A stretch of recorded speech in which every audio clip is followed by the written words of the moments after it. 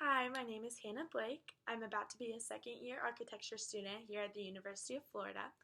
I'm originally from Knoxville, Tennessee, and so far I've really enjoyed learning the landscape and being down here in Gainesville. I think it's beautiful. I was originally born in Florida, but I moved up to Knoxville when I was little, so I've enjoyed kind of refamiliarizing myself with the state. My idea for my sustainability project actually came from a weekend trip with some friends to Rainbow River down in Denellen, Florida.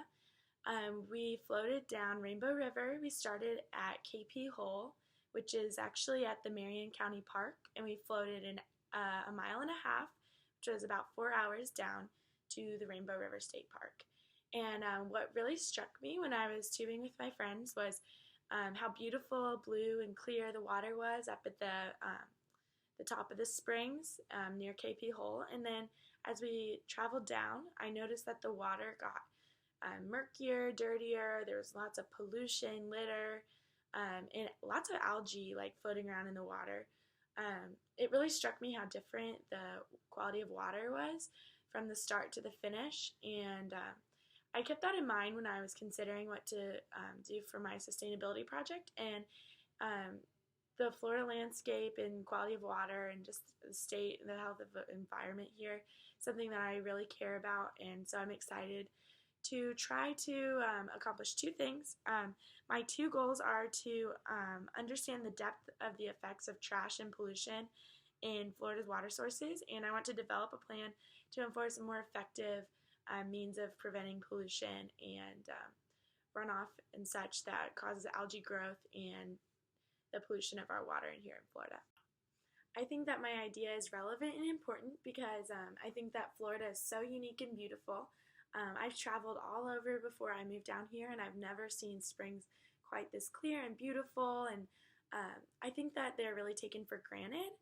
I think that protecting such beautiful springs, such clean drinking water, and habitats to biodiversity should be a top priority for us here in Florida. I've also included a few images from the day that me and my friends went and visited Rainbow River. We still enjoyed the day despite the difference between where we entered the water and when we got out. None of my friends really noticed it. I don't think the water was still in pretty good condition, which is why I think it's important that we start now before it's too late to protect the water, prevent pollution. But after learning about sustainability and the environmental health through this class and others, I couldn't help but notice the algae growth, pollution, lack of vegetation on the side of the water as we got further down.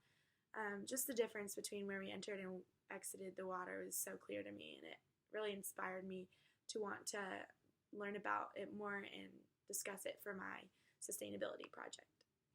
I do have a little bit of prior knowledge about previous attempts at litter prevention in Rainbow River specifically, because when we went to the springs, policemen and park officials checked our bags very thoroughly to make sure we had no water bottles, no plastic, no trash. And I talked to one of the workers there, and they said that the levels of trash coming out of the water and pollution overall has greatly decreased since they started regulating what you can bring in the water.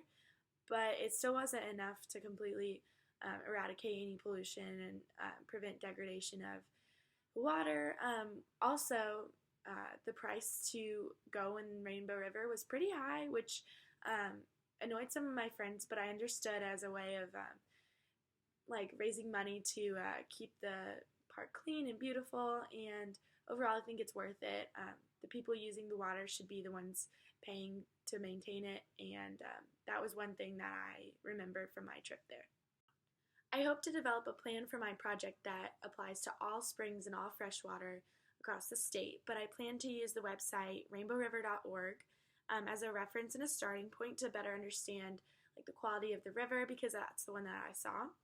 I plan to use an article called Florida's Natural Springs Are Changing and Also Disappearing on PRI.org to learn more about the problem of pollution and its effects on Florida's water source and the landscape.